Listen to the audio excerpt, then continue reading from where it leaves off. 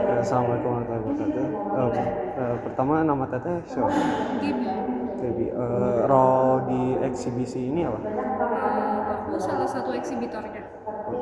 Kalau untuk Gaby, Teh Gaby, apa yang bagi Teh Gaby koleksi seni ini kenapa bagus untuk dijadiin eksibisi galeri? Oke. Jadi sebenarnya alasan kita bikin pameran itu karena ini memang project yang udah lama ya. Dan project pengarsipannya itu dimulai gak lama setelah si figurnya meninggal dunia. Jadi kenapa ini menarik? Karena ini adalah proses kita untuk menampilkan lagi proses-proses karya beliau gitu setelah orangnya sudah meninggal, dan kita juga sebenarnya nggak kenal personal gitu. Jadi ini kayak upaya kita untuk memahami itu. Kalau bagi Teh Gaby ada ide atau tema utama gak di seluruh galeri ini gitu? Jadi kalau kamu lihat di situ judulnya kan pusat kertas ya. Itu tuh hasil pembacaan kita dari arsipnya. Jadi itu kata kunci yang kita dapat dari karya-karya beliau dan proses kerjanya gitu. Jadi pusa itu artinya dorongan. Jadi cara Mas yang buat bekerja itu dia tuh bikin karyanya banyak. Jadi kita menginterpretasikannya itu dia berkarya itu atas dorongan internal. Terus kalau pusat itu ya pusat kamu tahu ya gitu. Pertama banyak lingkaran yang kita interpretasikan sebagai pusat di sini, dan pokoknya banyak temanya tuh masih satu gitu. Jadi ada pusatnya sama kertas ya, karena mediumnya kertas. Jadi kurang lebih itu menjelaskan apa ya, tema proses kerja dan mungkin filosofis karya-karyanya pasti aman gitu. Ada tantangan utama yang bikin eksibisi ini apa pas dari prosesnya?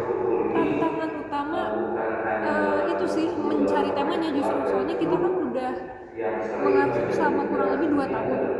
Nah itu ketika kamu udah lama terlibat dengan arsip jadi banyak bias gitu, akhirnya susah untuk ngelihat itu dari perspektif akhirnya ya udah itu juga kita baru nemu temanya itu hamin berapa bulan, hamin sebulan kalau nggak salah dari persiapan pameran. Jadi itu sih yang paling susah tuh nemu temanya sebenarnya. Kalau nge-sequence exhibitnya itu ada kayak tujuan nggak, kayak naratifnya mau jalan kayak gini gitu? Oke. Jadi biasanya kan kalau pameran arsip itu diurutinnya sebagai timeline ya. Jadi kayak dari tahun segini. Nah karena ini kita kayak di situ tertulis berdasarkan spekulasi, jadi kita nggak pakai itu. Di sini tuh kita ngelihatnya urutan karyanya berdasarkan tekstur kertas pada karya. Jadi di awal-awal itu teksturnya kalau bahasa kami masih semu. Jadi kalau dipegang itu kertas yang kena tinta sama yang nggak kena tinta secara tekstur sama, tapi teksturnya tuh muncul secara visual. Jadi seolah si subjek itu kasar gitu atau rusak. Makin kesini teksturnya tuh makin timbul gitu ya. Jadi tuh dia pelat gitu, jadi kayak emboss. Di sini makin ada tekstur kertas yang ditumpuk-tumpuk. Terus terakhir tuh ada kertas seni yang udah mulai campur kasa, kain, segala macam gitu. Jadi urutannya sebenarnya itu kita ngasih lihatnya tuh dari perkembangan si tekstur kertasnya. Sama terakhir di situ ada video mapping pakai instalasi kertas juga. Kalau bagaimana kalau eksibisi ini kayak ngeliatin evolusi pekerjaan seni beliau gitu? Itu tadi pertama dari tadi ya perubahan tekstur kertas. Kedua di tengah ini di belakang kamu juga kita ngasih lihat artefak dan dokumentasi proses pekaryaan beliau gitu. Pak Setiawan itu senang banget foto juga sebenarnya. Dan ini arsip foto pribadi, jadi ada proses dia bikin cetak, grafis gitu, ada proses bikin kertas gitu. Jadi itu memang lebih fokusnya ke proses berkarya sih ketimbang hasil akhir. Makanya di sini juga nggak ada judul karya. Ada karya yang spesifik banget gak yang punya kelebihan spesial ke dalam karir beliau sebagai artis?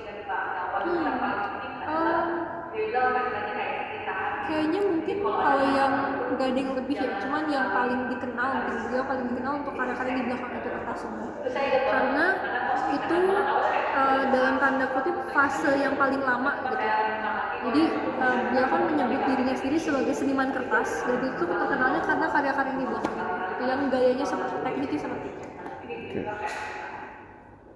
Apakah kan habis meninggal kan dibikin eksibisi, kolaborasi sama yang apa namanya yang sudah punya karya-karyanya dia pas habis dia udah meninggal, bagaimana kerjasamanya? Jadi sebenarnya salah satu dosen yang terlibat dalam proses pengarsipan itu juga keluarga beliau. Jadi kita dapat izin dari beliau dan keluarga lainnya juga untuk mengolah arsip itu sih kurang lebih. Kalau bagi teteh, kalau pas ada orang-orang gitu masuk ke eksibisi ini, pikiran terhadap beliau jadi apa gitu sebagai artis? Sebenarnya itu kita buka ya, jadi memang sengaja kita tuh nggak ngejelasin secara detail gitu, cuman untuk memantik aja gitu. Jadi memang kita justru pengen orang tuh membentuk persepsinya masing-masing gitu, kita nggak mau ngarahin secara spesifik dia orangnya seperti apa. Paling di depan itu kita nyeritain sedikit pengalaman kita pribadi gitu dengan beliau. Cuma kalau audiens sih ya bebas aja. Bagi teteh bisa menambah apa kepada kayak legacy beliau sebagai artis galeri? Sebenarnya ya, kenapa kita nggak mau pakai lini masa? Karena pameran ini tuh nggak mau terlalu apa ya, menaruh beliau Pastion ini di pedestal gitu. Jadi memang ini lebih fokus ke pendekatan pembuatan pamerannya gitu. Kebetulan Pak Setiawan dijadikan studi kasus gitu, bukan berarti merendahkan dia ya, cuman maksudnya